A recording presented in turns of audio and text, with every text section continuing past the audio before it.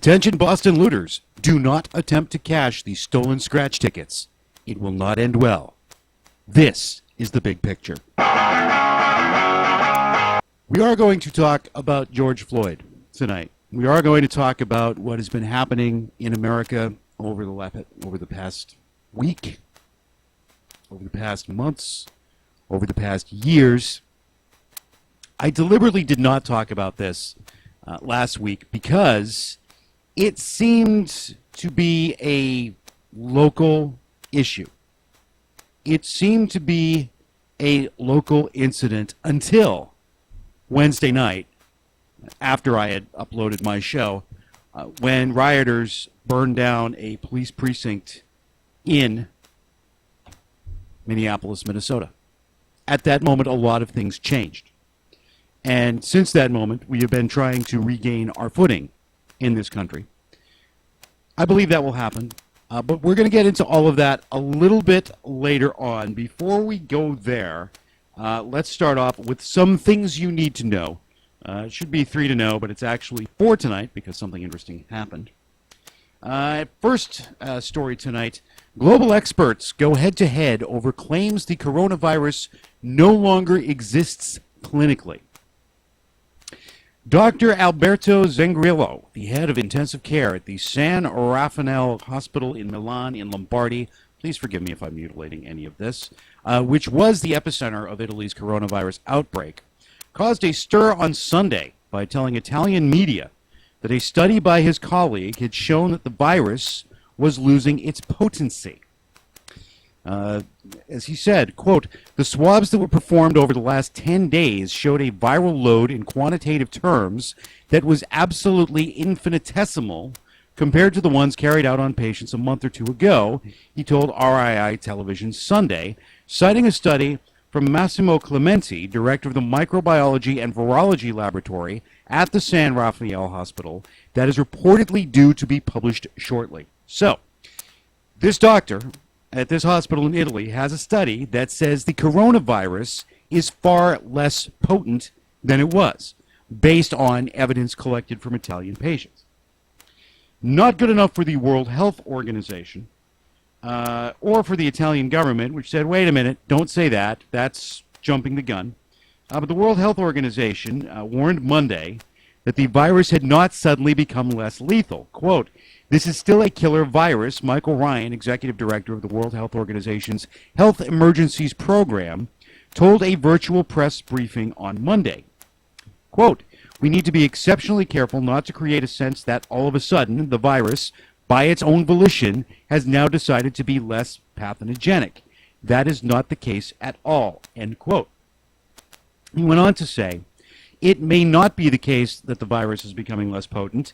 It may be the case that we are, as a community and as a globe, are successfully reducing the number, intensity, and frequency of exposure to that virus, which on the face of it then looks weaker. So what we have here is a professional disagreement. We have a doctor in Italy who is looking at data from patients and saying, look, this is not what we were fighting 2 months ago. The viral load is lower. Patients are getting less sick, theoretically. Then we have the World Health Organization saying, hang on a second, the coronavirus is as deadly as ever.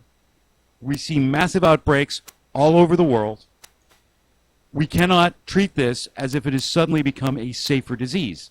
Now, one of the things that can happen with a virus is that the most virulent strain of that virus, the strain that causes death, can burn itself out and leave behind a less virulent, a less damaging strain of the virus. That seems to be, and I want to very specifically emphasize seems, that seems to be what is happening in Lombardy with the results that these Italian doctors are seeing. So they may be correct when they say, we have a different type of virus here. We have a different strain here. It is less lethal here because the most lethal form of coronavirus has burned itself out in the Lombardy area. In other parts of the world, that virus is still active, which means the World Health Organization is correct. The only thing to take away from this is that we are going to need more time to figure out what is going on with the virus. One possible outcome here is what happened with the Spanish flu in 1917 and 1918. That virus eventually burned itself out and became a much less lethal virus. H1N1, which I personally had, eventually burned itself out and became a less lethal virus. Generally speaking, we don't expect a virus to become less lethal this quickly. So the World Health Organization is correct to put the brakes on this and to say, look, we don't want people listening to this Italian doctor and saying that it's over. In many parts of the world, it is not. The virus is still alive and well and killing people at a very high rate. So as we reopen, as we move forward, we need to continue to treat this as if the virus is as potent and as deadly as it has been up to this point in time. In other news, AMC, they're the theater chain, has, quote, substantial doubt, end quote, that it can survive coronavirus outbreak shutdown. This comes to us from CNBC, which is generally, as a news channel, as a business news channel, I should say, generally pretty accurate and pretty unbiased on these things. AMC has substantial doubt it can remain in business after shuttering all of its locations during the coronavirus pandemic. The company revealed that its revenue had fallen to $941.5 million in the first quarter, a nearly 22% drop from the $1.2 billion it garnered in the same quarter last year. The second quarter is expected to be even worse. Their earnings are going to be zero for the second quarter. If they earn money on anything, it's not going to be on showing movies or concessions. In April, AMC Theaters said a new debt offering would allow the company to withstand these closures until a partial reopening ahead of Thanksgiving. However, in a filing with the Securities and Exchange Commission, the company disclosed concerns about liquidity, its ability to generate revenue, and the timeline of reopening its theaters. In that filing, AMC released preliminary earnings results. The theater chain expects to have lost $2.1 billion to $2.4 billion in the first quarter ended March 31st. It will release those earnings on Tuesday. I haven't seen them, don't know where they are. Quote, we are generating effectively no revenue, the company said in its filing. As of April 30th, the company said that it had a cash balance of $718.3 million. So, this is all interesting, right? You look at this on the surface and you say, yeah, they've shut down. They've lost all of their ability to generate revenue. As they point out in their SEC filing, it is going to cost them money to reopen their theaters because they have to rehire people and pay them and pay rent that they have deferred and pay the studios to rent movies to show, so on, so on, so on, with no idea of how many people are going to come back or what the capacity of their theaters is going to be. And CNBC does a pretty good job of outlining all of this.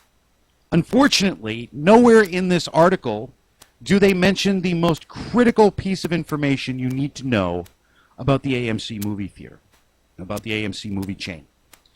And the most critical piece of information you need to know about AMC Theaters is that AMC Theaters is a wholly owned subsidiary since 2012 of Wanda Entertainment Group based in China. AMC is a Chinese-owned American theater chain. And one of the things that we know about Chinese-owned business is that it is supported by the Chinese government. There are very close ties, much closer ties between the Chinese government and Chinese business than there have ever been between the United States government and United States business. The United States, as a general rule, does not directly fund or bail out United States business. They will make exceptions, and they're making exceptions now. But as a general rule, as a rule of thumb, it's not a case where the federal government in the United States directly supports U.S. businesses. Okay, if you own a business in the United States, maybe you can get a loan or a grant from the government, but the government isn't going to show up and say, oh, you lost $1 billion last quarter? Here you go. Let me make you whole. That happens in China. Wanda Entertainment Group, other Chinese-owned companies, Huawei, whoever we're talking about, the Chinese government will give them money. We'll just say, here you go. Here, what do you need? 1 billion, 2 billion. What do you need to keep things going? So for AMC to come out and say, we don't know. They've stopped just short of making the definitive statement. The definitive statement that you would make to the SEC if you were shutting down is going concern. We will no longer be a going concern, or we doubt our ability to be a going concern. If you issue that statement in the financial press, you're basically saying we're done. Every investor, every business person, every banker, everyone in the financial sector knows what that means. You come out and say, we don't think we can continue to be a going concern. You're done. It's over. You're shutting down. AMC hasn't said that. AMC has said they have substantial doubt that they can continue to operate, despite having the backing, the full faith and credit of the Chinese government behind them. So, since CNBC didn't feel the need to include that information in the story, I will, and I'll give you 3 possible scenarios for what's going on here. Number 1, Wanda Entertainment Group and the Chinese government have looked at this and said, yeah, this theater chain is dead. There's no way it's coming back. We're walking away. That is not something that either the Chinese government or Wanda Entertainment Group or anyone associated with this is likely to do. So that leaves us with 2 other possibilities. The first is that they are crying too big to fail to the media in an attempt to get a U.S. government bailout. It's a very real possibility. We saw Tyson Foods do this just about a month ago to keep from shutting down their meatpacking plants, which are killing their workers. Go to the media, cry too big to fail, and the White House and the federal government will come running to your side. The other possibility here is that this is in some way an escalation of the trade war between the United States and China, which has taken another turn in recent days, with President Trump announcing that as of June 16th, Chinese airlines will no longer be allowed to fly to the United States. This is happening because China has refused to allow U.S. airlines to fly back into China. Whatever is going on here looks an awful lot like the Chinese government, Wanda Entertainment, using AMC as a pawn to try and get something, either from the Trump administration or to get some sort of relief funding or loan guarantees or something from the federal government, rather than an actual threat to the business. Whether or not movie theaters come back is a big question. We don't know the answer to that. A lot of people have said they would be uncomfortable going to live theater, going to the movies, going to any sort of long-term indoor entertainment event. But somewhere down the road, people are going to go back to movie theaters. And AMC has IMAX screens and prime locations all over the country. If they were to shut down, they would be a pretty ripe takeover target. I'm guessing that the Chinese know that, and I am guessing that there is more, considerably more, to this story than the possibility that they might lose some money, especially considering that they are backed by the Chinese government. Our third story tonight is a warning for you ne'er-do-wells, for you do-batters out there, for you looters, for you rioters. It comes from the Sacramento Bee. Face mask DNA leads to arrest of man in child molestation case, California cops say. Now, this story is not what you think it is, because you read that headline and you immediately think, oh, the cops picked up a mask and arrested somebody. Well, what actually happened was there was a molestation case in February of 2018. Police found a suspect, and police invited this suspect to come down to the local jail and talk to them about something unrelated. They didn't mention the child molestation case at all. They said, can you come down here and talk to us about a few things? And the gentleman in question came down, and when he arrived at the police station, they gave him a mask to wear. At the end of his appointment with police, he left the mask behind, The police checked the DNA and found a match for the child molester. So this isn't a case where they picked up a mask off the ground and had it DNA swabbed and used that information to somehow arrest somebody. This is a bit of a clever sting operation by the police using a mask. And I will say, kind of clever. We'll see if this holds up in a court of law. I think you might make an entrapment argument here, but we'll find out. Finally tonight, things you need to know. The Civil War is over. Not the one going on now, but the old one. From the Wall Street Journal, Irene Triplett, the last person receiving a pension from the U.S. Civil War, has died at the age of 90. Here's something you probably didn't realize in the year 2020, that somebody was still getting a Civil War pension from the Civil War that took place back in the middle of the 19th century.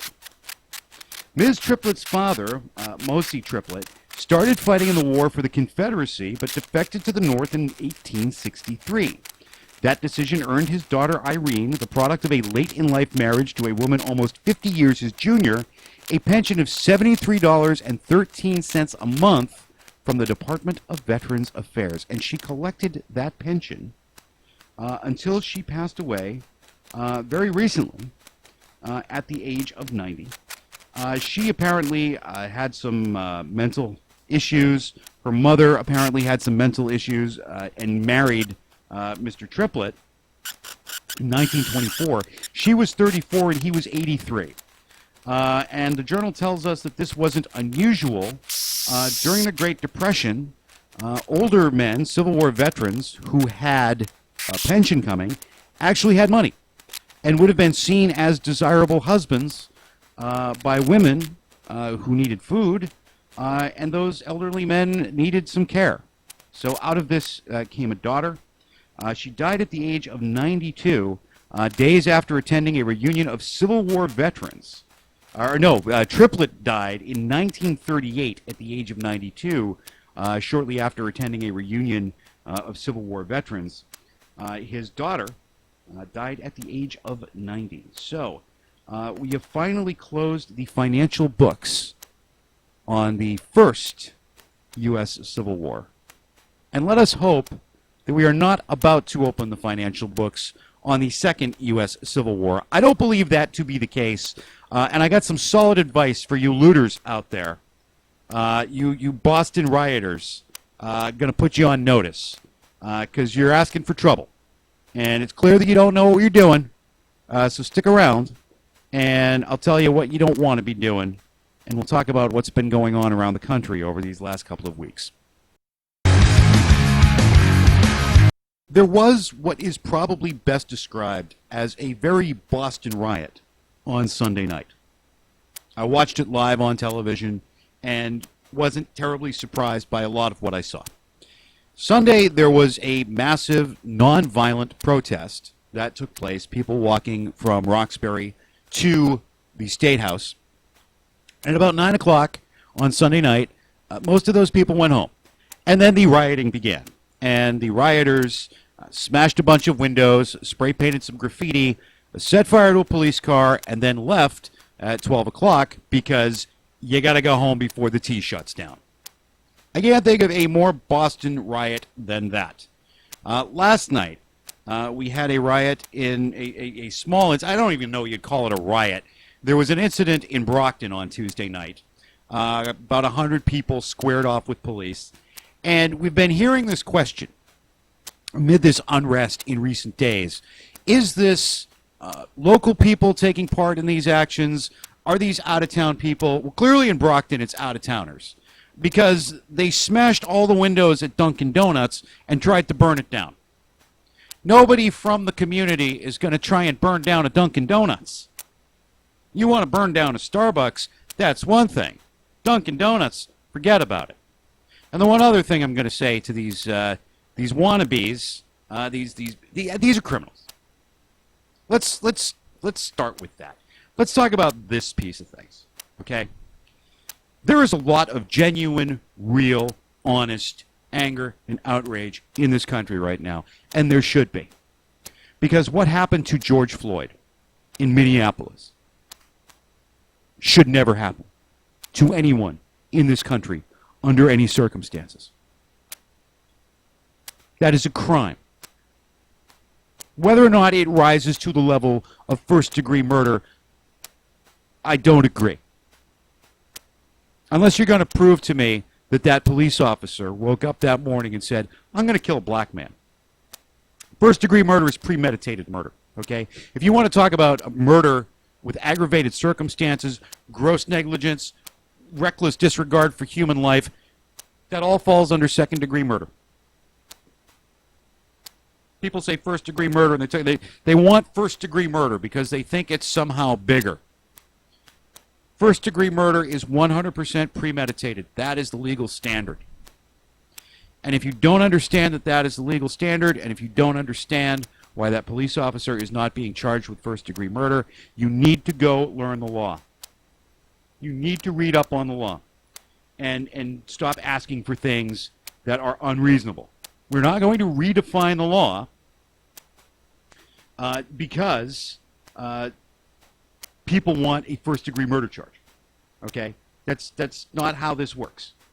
First-degree murder established under the law. Okay? Derek Chauvin, did he deliberately set out to kill Malcolm Floyd? Did they know each other? Maybe you can make that case, but you can't make that case from the video.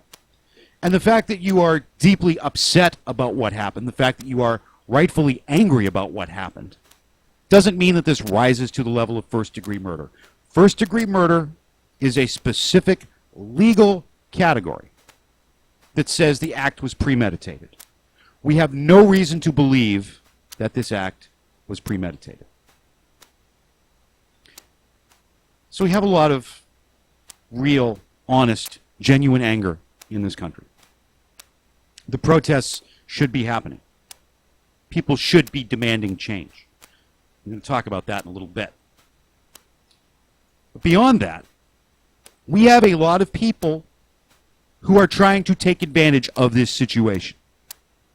We have a criminal element that is lurking on the edges of this. And having watched all of this unfold, I've watched hours and hours and hours. I watched the live coverage of the Boston riots on Sunday night. I've watched the Minneapolis riots. I've watched the New York riots. I've watched the LA riots. I've been watching riots since Los Angeles, 1991 or 1992. And I can tell you that there is something a little different about this, about what's happening right now.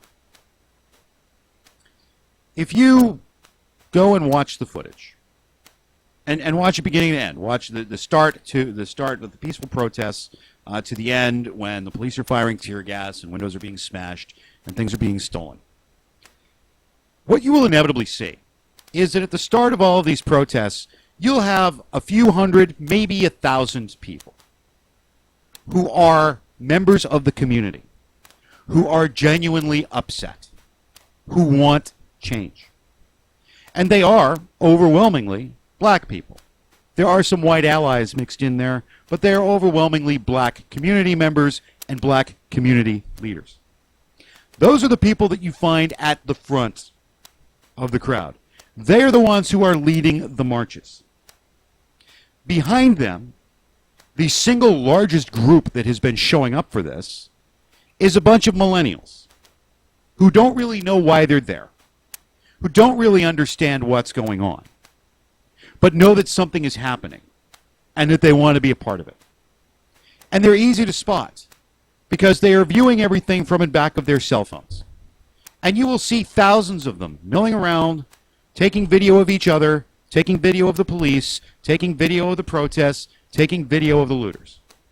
From what I can tell, they outnumber the actual engaged community members by as much as 10 to 1 in some cases. I think Atlanta is probably the one exception to this, where I saw really outraged community members and not a lot of people just standing around with a smartphone, putting it on Instagram and saying, hey, at the riot, so they can get everybody sitting at home to say, oh, stay safe, you're so brave.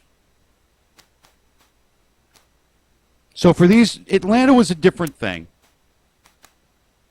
Philadelphia, all I've been able to see from what's happened in Philadelphia is bits and pieces. I haven't really been able to get an overall sense of what's been going on in Philadelphia. What I've been able to glean from the coverage is that what's happening in Philadelphia is closer to what's happening in Atlanta. That there is a very angry community that has had enough and that is acting out in solidarity with the people in Minnesota. And by the way, Minnesota, surprising that this would happen there, okay? I've run a political campaign in Minnesota. I helped somebody get elected in Minnesota. I know Minnesota politics. Minnesota is a very liberal state. Minneapolis is a very liberal city. That was where the campaign was. I got somebody elected in Minneapolis, okay? If you think Massachusetts is liberal, you don't know what liberal is. You gotta go to Minneapolis is more like Seattle. Minneapolis is more like Portland, Oregon. We're talking like full-on hardcore. We love Alexandria Ocasio-Cortez progressive Democrats. So it's unusual, first of all, that you would see this level of protest and this level of violence in a community that is that progressive. Right? Because that should be more tolerant. But what you get is you get the angry people that show up who really just want their voices heard. Okay? They want to confront police and ask police, what are you doing? What is going on here? Why is this happening? And then you get all the social media people that filter in back of them, that swell up the crowds. And then on the edges, on the outskirts, you have the criminals. And this was on full display in Boston on Sunday night. WCVB was broadcasting it live for everybody to see. Up and down Newbury Street, you had groups of people methodically smashing windows, going into retail stores. SUVs pull up out front. They got a couple of guys driving the SUVs. They got a couple more people who go into the stores, grab the merchandise, throw it in the back of the SUV, and then they move on to the next store. And you can watch this happen over and over and over again. And it's the same people. These aren't people who are there to protest. These aren't people who are concerned about George Floyd. These are people who see an opportunity to make money through criminal activity. And they are a tiny percentage of the people who turn out. They're maybe 1% of the crowd. The overwhelming majority of the crowd being those people who were there to record it for social media. So you got maybe 15% of this crowd is actual, 15 to 20% actual community members who were there to protest. You got another 70 to 75% that's there just to record everything and say, hey, I'm here. You got 1% of the crowd that's there to loot. And then you got another tiny fraction of people. Very, very tiny group of people that is there simply to destroy. They don't even know who George Floyd is. They don't care who George Floyd is. They don't care about racism. They don't care about black politics, white politics. They just want to set things on fire.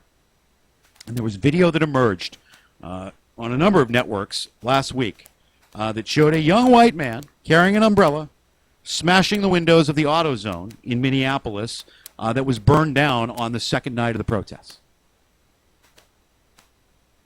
And you could see community members asking that young man what he was doing. And then he walks away. Presumably, one of his compatriots came along and threw the Molotov cocktail that burned this down. You make a massive, massive mistake if you think that the community members are the ones looting, that the community members are the ones burning. They are not. There are distinctive groups here. And the vast majority of the people who show up at these things, the vast majority of the people that you have seen in the footage, don't even know why they're there. They're just there to get it all for social media. They're just there to say, I was there. I took part in the riot, or I took part in the protest. If this stops being a social media event, this stops. Because if you lose the cover of that big crowd that's just there to tape everything, that's just there to record with their cell phones, then the police have the ability to go get the looters. And this is what's happened over the last few nights. Most of the people who were there, the peaceful protesters generally are gone by sundown. And the people who were there just to record things have figured out, if I want to go home without getting tear gassed, I better leave when everybody else leaves. I'm not going to stick around and wait for the riot to begin. So the people who are there to do actual harm or to loot and steal don't have the cover. So all of this should calm down over the course of the next few days. And as we have heard from a number of political leaders, the protesters have been heard, and the message has been heard. But what is the message? Is the message that we need to abolish the police? Is the message that we need to end racism? Is the message that we need to stop black people from being killed? Certainly, it is the latter. Certainly no one should be dying at the hands of police under any circumstances, unless they are actively engaged in a firefight with police. I'll let police shoot you in those circumstances. But any other circumstances, no. Police should not be killing people. Selling loose cigarettes, as Eric Garner did, is not a capital offense. Being drunk in public and maybe passing a bad check, as Mr. Floyd did, is not a capital offense. Walking down the street, as Michael Brown did, is not a capital offense. But there are reasons why these deaths are happening. And these reasons have less to do with racism and more to do with the way our police force is used these days. Changes that have taken place over the last 20 years, the last 50 years, have led to this point. And we need to ask what it is that we're protesting. We need to ask what it is that we're looking for. Because there are solutions here. But they are not the solutions that we're hearing about on social media. Some advice for the looters out there. If you find yourself in possession of looted Massachusetts state lottery tickets, also known as Scratchies, do not attempt to cash in those Scratchies. Do not attempt to cash in the Scratchies. The Massachusetts State Lottery knows which Scratchies have been stolen. And if you attempt to cash in the Scratchies, you are going to be met with police involvement, the likes of which you cannot even imagine. They will come for you. They will come for everyone that you love. They will destroy you. The Commonwealth of Massachusetts may do nothing to stop looting in the city of Boston. They may do nothing to protect the merchandise in Hermes or the Nike store or anywhere up and down Newbury Street, but you better believe they will do everything in their power to protect the Massachusetts State Lottery. So trust me when I say, if you are in possession of stolen lottery tickets, throw them away. Do not attempt to cash in the stolen Scratchies, or you will find yourself in jail. Ben & Jerry's posted something today that may best be described as missing the point. On Twitter, they posted an image and a screed basically saying, dismantle white supremacy. As if we somehow live in a white supremacist nation.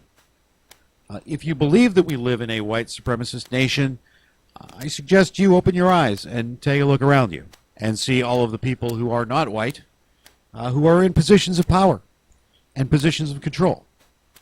A white supremacist nation does not elect Barack Obama. A white supremacist nation does not have black CEOs. It does not have black police chiefs. It does not have black mayors. It does not have black governors. It doesn't have any of that.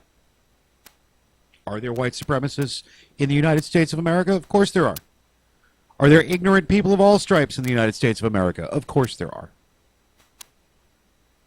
But this cuts to the heart of the issue and the question of just what it is that the protesters want. Because we have some protesters who are saying we need to end racism. I will tell you right now that that will never happen in your lifetime. I don't get any joy out of saying that, but it is a simple reality. Racism will exist when I am buried. Racism will exist when you are buried. Racism will exist when the human race is buried. As long as there are two people of two different races left on this planet, there will be racism. It's that simple. We are hardwired for it.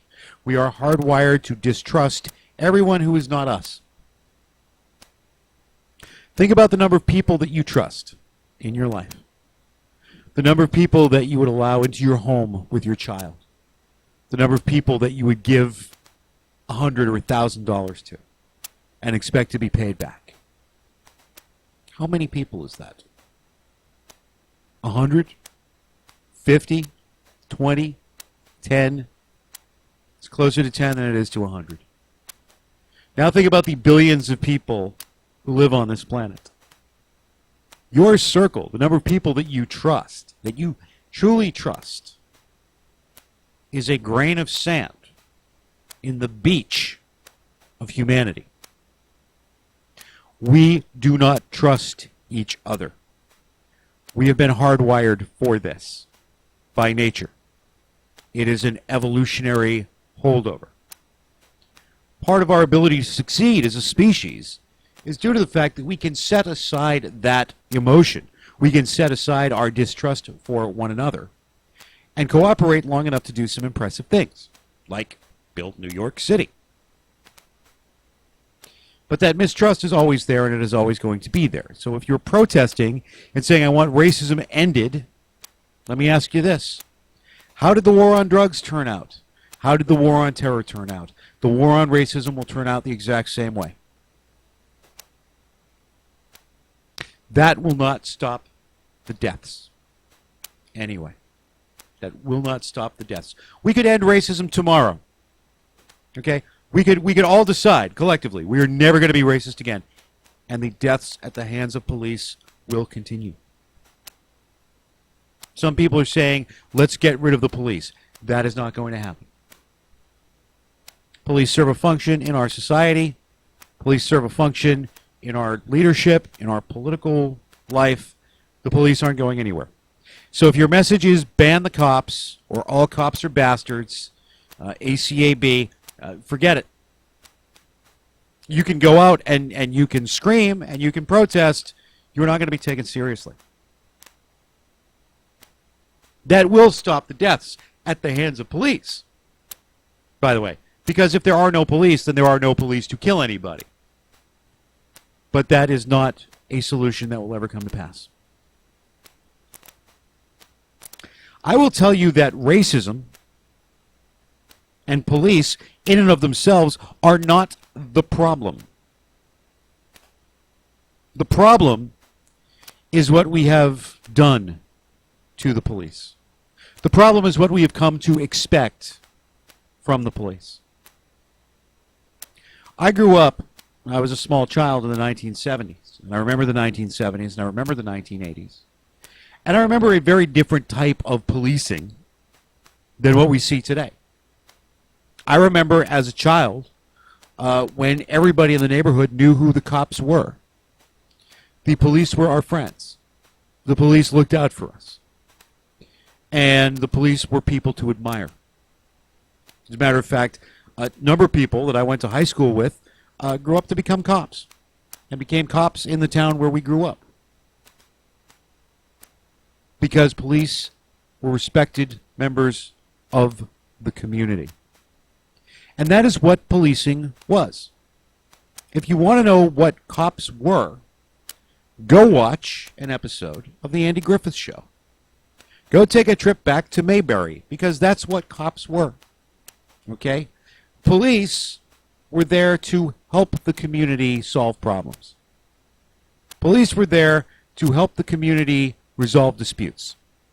Police were there to provide some authority when it was necessary.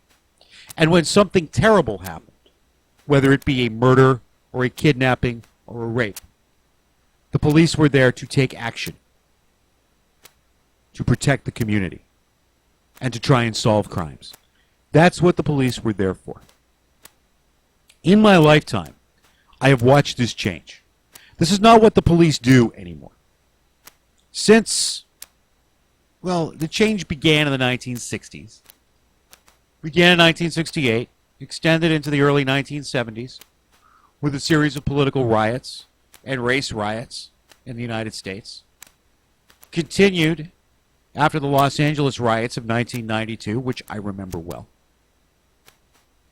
when business owners stood on rooftops with guns, shooting at looters, and looters were on the street with guns shooting at firefighters. We haven't seen anything quite that bad yet, and let's hope we don't get to that point again. But most particularly after 9/11, after September 11th, 2001, there was a profound change in police. Throughout the 1970s and into the 1990s, we saw police adopt more militarized tactics. And we saw the police shift from being members of the community who were there to assist the community, to protect and serve, to a paramilitary organization that was there to protect some concept of law and order. And this escalated after September 11th.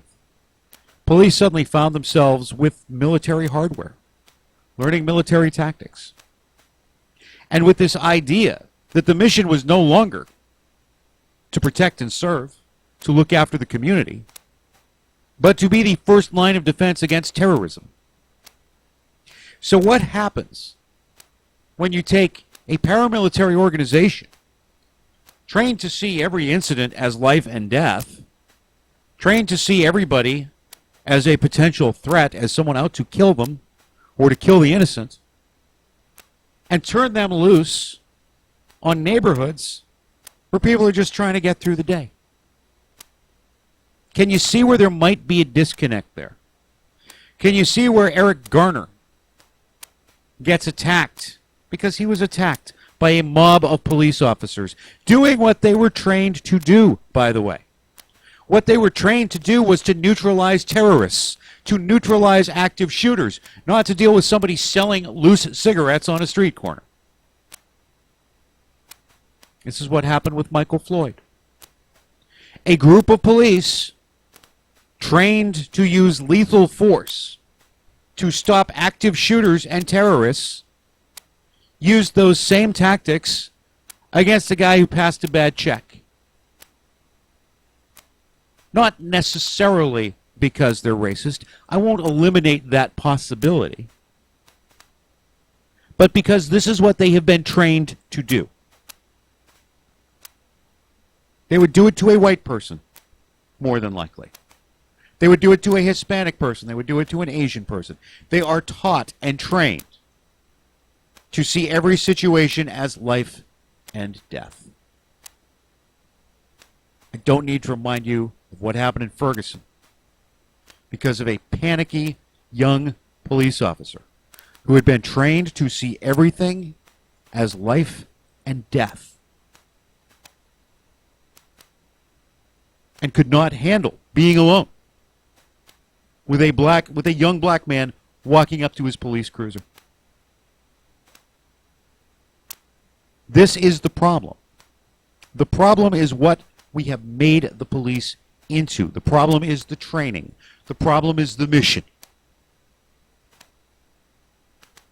And we are not going to solve that unless we take that problem on directly. We're not going to get rid of the cops, and we're not going to get rid of racism. So if you want to go out and protest that and have that be your message, fine. No one's going to stop you from that, but you won't achieve what you want to achieve. What we want to achieve, hopefully, is fewer people getting killed at the hands of police. So I'm going to offer you some solutions here. I'm going to offer you some answers that you could put in front of any politician. And any politician who would say no to these solutions is someone who should be voted out of office, preferably as quickly as possible. Because these are workable solutions that will very likely solve the problem. So here we go. Number one, we have to get rid of bullies with badges. Not all cops are bad, but some of them are. And you could walk into any large police precinct in the United States of America and ask the cops who are the bad cops, and they'll tell you who they are because they know that they're there. I don't know how you get rid of bad cops. I don't know if it's an online test. I don't know if you bring a psychologist in to talk to everybody. But we have to get rid of bullies with badges. There are no shortage of good people doing good work and behaving professionally and looking out for their communities behind the shield. But there are also some people behind that shield who have no business being there. And the first thing that we need to do, the whole point of citizen review boards, which are a good idea, the whole point of civilian police oversight is to get rid of bad cops. And we need to get rid of bad cops. So that's number one. Number two, we need to reestablish the police officer as the cop on the beat. We need to reestablish the first response of police as de-escalation and investigation rather than confrontation. And what that means is we need a whole group of police officers who don't carry guns. You want to give them a bulletproof vest, you want to give them some pepper spray, you want to give them a billy club, okay. I'm not saying send people in unprotected, unprepared, but I am saying we cannot expect community policing from people who have been trained in anti-terrorism. And that's what we have on our streets right now. We have SWAT officers responding to drunk driving calls. You know, back in the 1980s, if you got pulled over for DUI and it was your town and you knew the cop, it was even odds you'd get an escort home or a trip to the station. Police weren't about cracking skulls and throwing people in jail in the 1970s and the 1980s. They were about solving problems. They were about getting everybody home in one piece. There's that old joke. The cops didn't want to arrest anybody because they didn't want to deal with the paperwork. It was very true. We don't see that anymore, do we? Now we see heavily militarized police, highly trained officers, people who are there to deal with active shooters and terrorists and life or death situations, applying the training that they have to petty crime. This can only end in tragedy, and it will continue to end in tragedy until we start to get some new police who don't have that training, who aren't there to look at everything as life or death, and have them be the first responders. We need a level of policing that is about assessment, understanding the situation, understanding when everybody just needs to go home, and understanding when overwhelming force or lethal force is necessary. And guess what? In the vast majority of cases, lethal force is not necessary. What happened to Michael Floyd was not necessary. Those cops are doing what they were trained to do. They're doing what they were trained to do. And what they are trained to do is neutralize terrorists.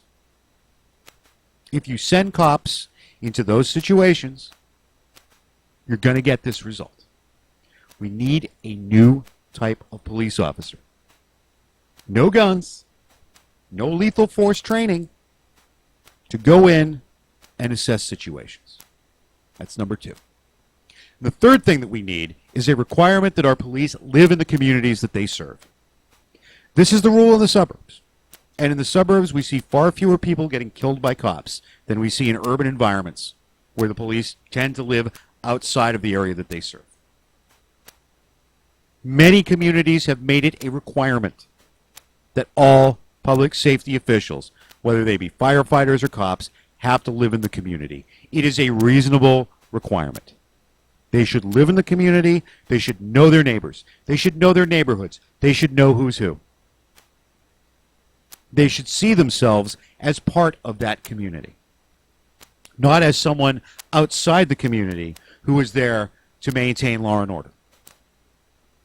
Because once you start to see anybody as the other, once you start to see the world in terms of good guys and bad guys, or criminals and community members, you lose the objectivity that you need to do your job professionally. Those 3 steps are what we should be asking for. Those 3 things should be the demands. Number 1, get rid of bullies with badges. Number 2, we're going to create a new kind of first responder. New police, no guns. We're going to go in and assess situations. And number 3, the cops live in the communities that they serve. You get those 3 changes implemented, and we will not be talking about the next young black man to die as if it is inevitable, as if it is something that just happens in this country. We will be talking about it as an aberration, which is what it should be. We know what the capital offenses are in this country. Selling loose cigarettes is not a capital offense. Walking down the street is not a capital offense. Driving a car is not a capital offense. Being drunk in public is not a capital offense. Stop sending cops trained to take down terrorists to deal with petty crimes. That is the problem. Racism may aggravate that problem, but racism is not the reason why these deaths keep happening. This is the big picture. Tonight, that's the thing that happened. The strangest story of the past week. Attleboro. Yeah, local. Sometimes you just want to go to the zoo. That's the story for Joseph Villa, 52, and too drunk to know any better on Monday night. Villa decided he wanted to see the lemurs at the Capron Park Zoo, so he broke through a chain-link fence, then borrowed a boat to try and get to one of the islands where the lemurs live. The boat got stuck, so Villa swam back to shore, at some point leaving his wallet behind, which made it very easy for police to identify him. Villa was charged with breaking and entering, vandalism, and theft of property under $1,200. No lemurs were harmed during the incident. That is all the time that we have for this week. I'll be back next Wednesday night with another edition of The Big Picture. Until then, stay safe, everybody.